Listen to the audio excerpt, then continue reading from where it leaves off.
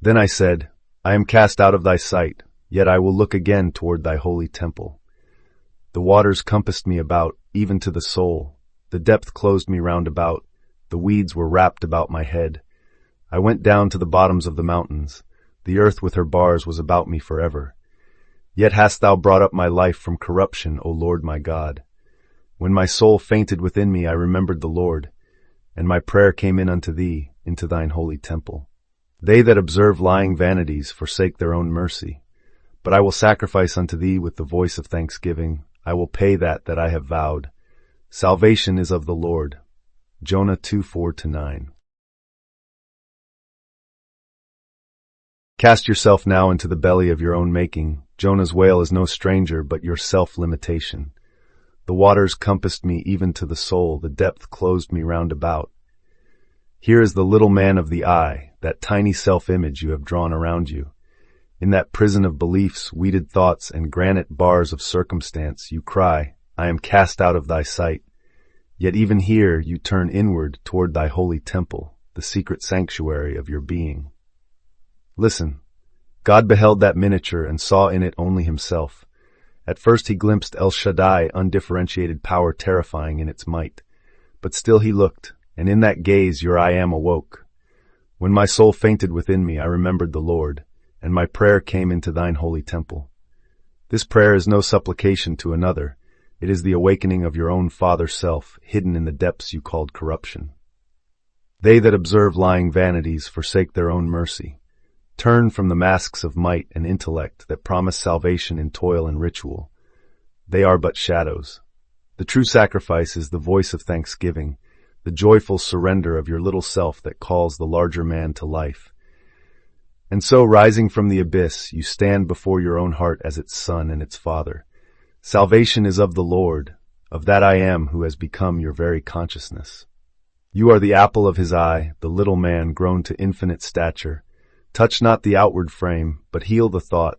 By the change of name within, from power to being to Father, you discover there is nothing but God. Now awaken, behold his form.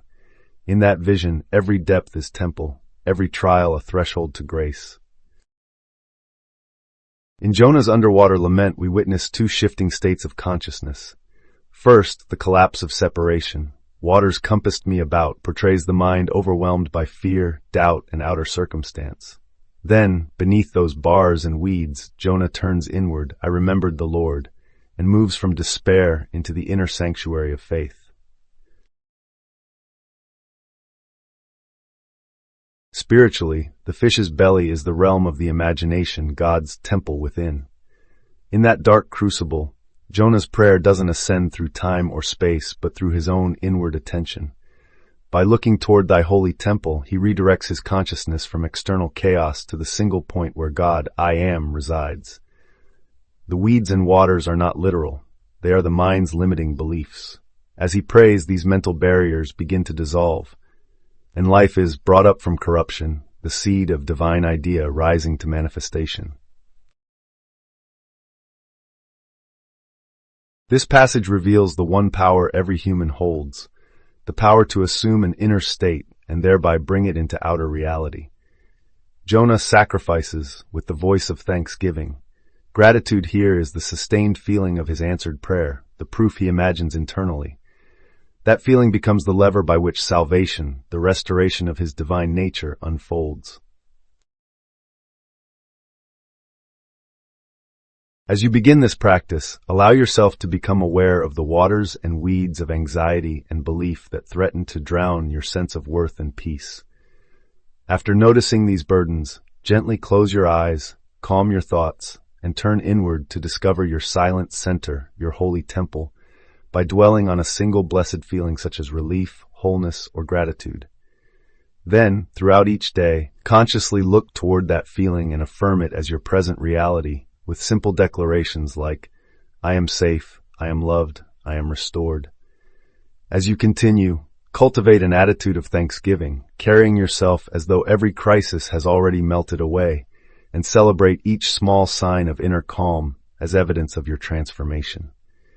In time, you will find that the darkness you once named and resisted surrenders to the light of your own sustained assumption.